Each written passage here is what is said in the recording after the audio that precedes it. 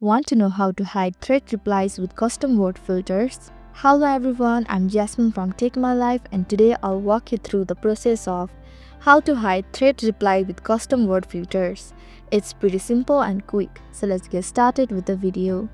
Firstly, open the Threads app on your screen and tap on the profile icon at the bottom right corner of your screen. Now tap on the two horizontal line icon at the top right corner of your screen and on the privacy option.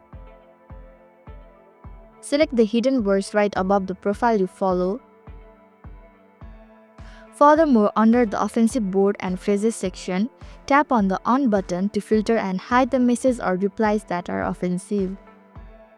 Similarly, under the custom words and phrases section, again tap on the on button in order to custom words filter. Moreover, tap on the manage custom words and phrases option. Then tap on the message bar. Here you can add words, phrases or emojis that you wish to hide and customize in your replies. Finally, tap on the add. Hence, now all the posts including these words will be hidden in your Threads app. So this is how to hide thread replies with custom word filters.